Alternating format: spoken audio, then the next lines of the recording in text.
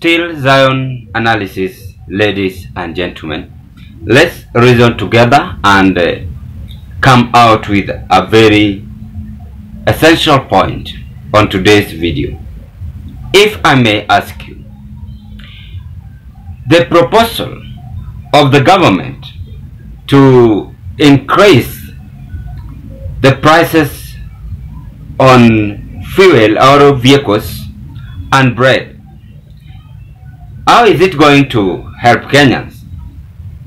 And how are Kenyans going to survive? Because the news we are receiving here is that finance bill vehicle owners to pay new annual motor vehicle tax at the rate of 2.5% of the value of the car, minimum shillings 100,000. Sasa kama wewe unaendesha Lexus, mshahara yako itaongezeka. Kama unaendesha Probox, yako itakuwa chini kidogo. They have said clearly the value of the car, minimum 100,000. That is a car. We are still proceeding with the bread. Bread is on the National Treasury. Propose 16% VAT on bread with 400 grams loaf, set to rise by at least shillings 10 under Financial Bill 2024. These are the things which are now happening in our country. That is why I begin by asking you, I want us just to talk and reason together, because Kenyans at this point, they are not after VAT increases of product commodity, but they are after promises which were made by this Kenya Kwanza. I want to begin by saying that this is the heartless government tormenting Kenyans' welfare, and if they will carry on this way, then the FT coffers which the current Deputy President Rigathi Gachagua was saying during inauguration is going to come back. A country where people are being taxed left, right and center is not a development country. And I will keep on saying and repeat it. The few months ago I talked about taxation. When now Kenyans are set to even start a business, to even have something to do, now taxes is still being increased. As this is happening, State House renovation is still going on. Billions of money have been spent in State House. Was that is necessary or emergency? The answer is no. And I even mentioned some of the state launch: Nakuru, Kisumu, Mombasa, Kakamega, Murang'a, and the rest, even Kisii. And I said, this state launch renovation and state house where the president reside or president visit in any time he goes to various parts of the county should not be done at this point. This moment, our country is sinking, and the quick renovation to be done is to ensure that capitalization is used properly, is spent well by our leaders. Now, I want us to break this into analysis, because the reason why I have begun by asking that question, poor Kenyans are now suffering a lot as compared to those who call themselves MPs, to those who call themselves governors, to those who call themselves senator and even MCS. Reason is because they cannot even utter a word and defend the people in the republic. This is also the worst government, parliamentary, where we have weak MPs, we have cowardice MPs who cannot even stand and correct the mistake which is being done by the government. Let's hope in a few years coming, our country is going to have a better MPs who fears nothing but to say the truth. Before I carry on, ladies and gentlemen, may I take this opportunity to thank you very much for your support with this channel, because if it was not your support, then this channel could have not reached to where it is as at now. And to those who tune in and subscribe to our channel, I want to say thank you very much and God bless you. But I have notified that some of you are watching the video but they don't give a video thumb of like. Please consider to like this video. When you like this video, we believe that it will reach to several people in the YouTube community, and also give us your opinion at the comment section below. Your opinion are very much essential, and that is why I begin by asking you, let us discuss, let us come together, let us reason together on whatever is taking place in the country. Let's proceed, ladies and gentlemen. I wonder where the tax money and World Bank loans goes to. A few months ago, Nyakango also raised a question on how taxation is being spent. She said that we have cartels in the government who opens their mouth just to swallow the money. That is why corruption can never end and will never end in the Republic of Kenya or in African countries. But some places have tried so much to do away with this corruption.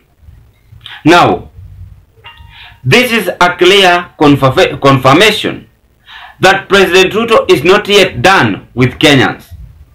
So prepare for the worst when he will be on his second chance as the president in the Republic of Kenya.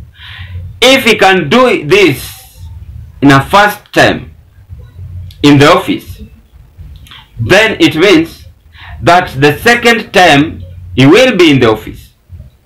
He will even tax those who are working. That is whatever he will do.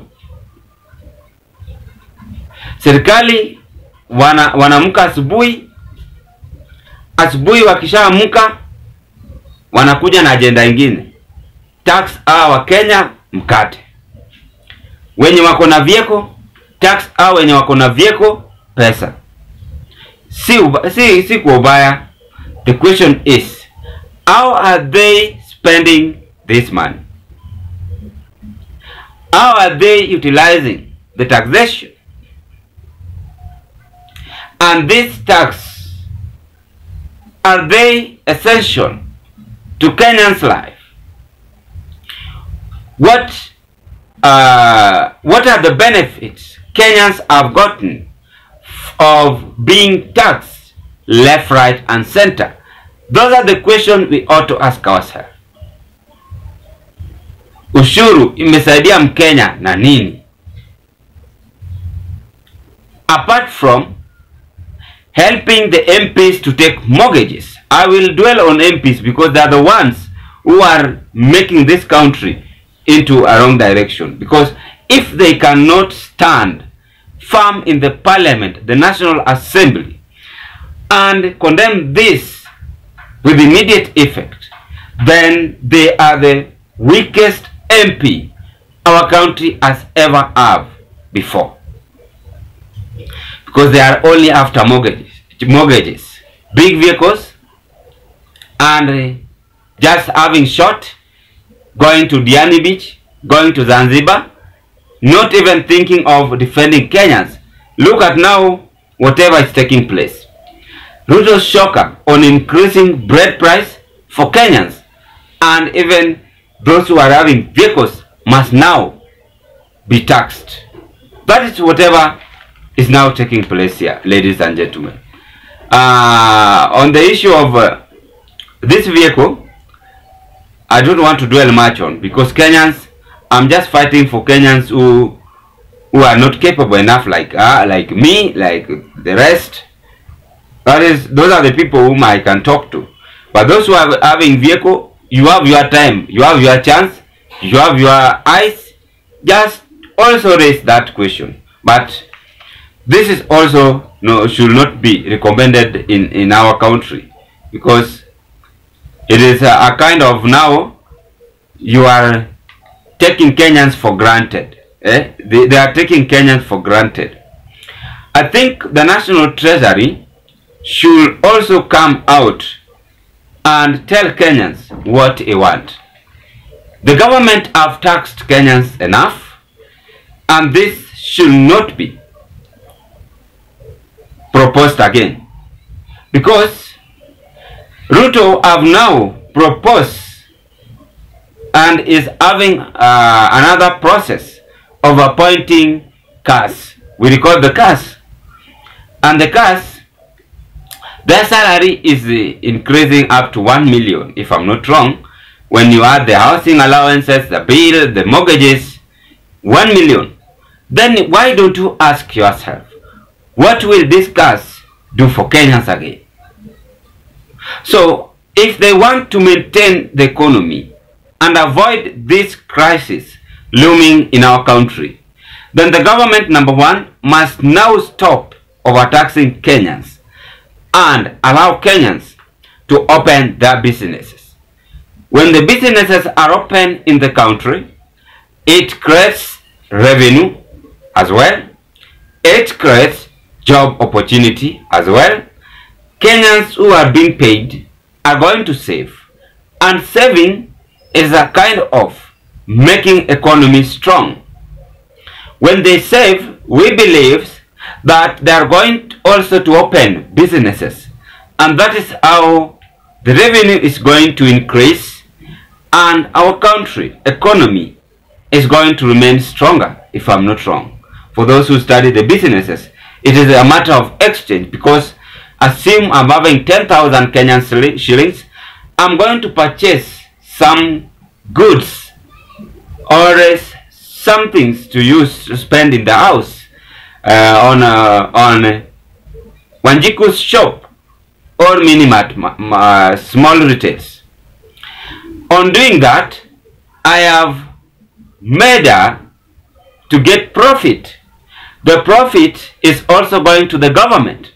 So if it will be that way, then the country economy is going to increase, because so many Kenyans are going to purchase things, Kenyans are going to recruit, some are going to save, open another branches.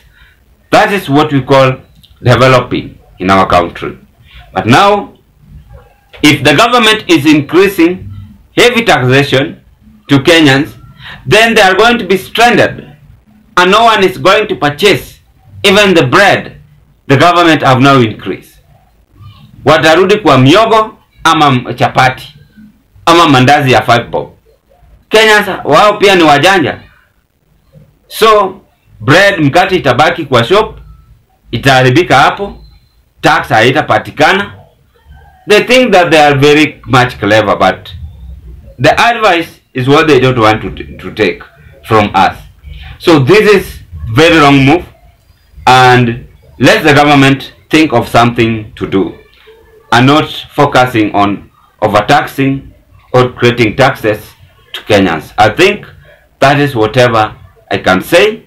Meanwhile, let's reason together as you give me your opinion at the comment section below. May you have a blessed Sunday, as you have to meet on another political discussion.